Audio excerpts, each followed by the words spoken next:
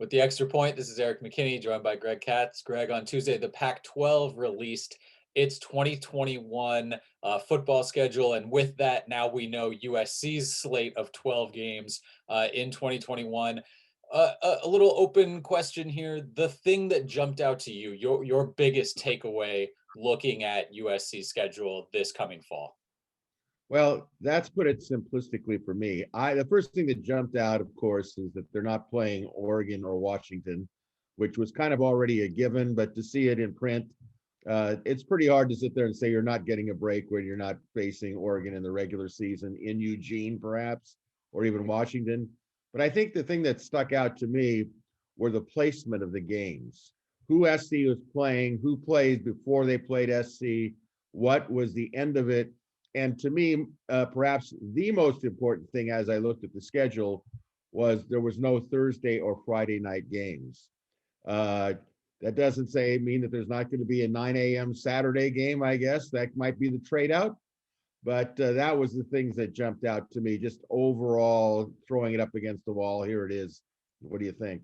Absolutely. First time since 2009, USC is going to play only Saturday games, and that was absolutely one of the things that stuck out to me. You also mentioned, not having Oregon, Washington on there. Another big takeaway for me, though, I think there are no complaints. At no point can you even try to pick something apart and say, oh, this, if you could change this, if you could do this, boy, it is set up for, if USC could go through and kind of slot each game in, knowing you've got to, USC always has to start that conference schedule early because Stanford, USC have the Notre Dame games that you have to fit in later in the year. So that, not having a ton of warm up games before you get into the conference, I guess maybe is the tiniest nitpick, but you're kind of doing that to yourself by playing Notre Dame every year.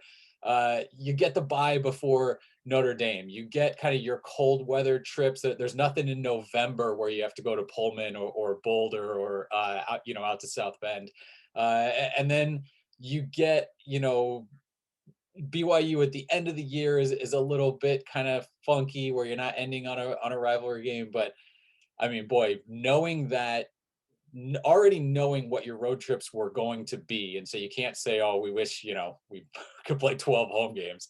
It sets up really well, I think, for USC, and it's kind of how it should be, right? When you're USC, you should be able to swing a little bit and say, no, we don't want to play Thursday, we don't want to play Friday, this is how kind of we want the schedule to set up. And I thought the Pac-12 did USC quite a bit of favors with this schedule. Again, it's kind of what should happen, I think, when you're setting up a schedule for a program like USC in the Pac-12. So some things again that jumped out to us, but ultimately I think a happy USC football program to see this schedule. And now, the excitement of today, now you sort of settle in because we're still months and months away from kicking off the 2021 season. But good news in terms of the schedule release, on paper at this point.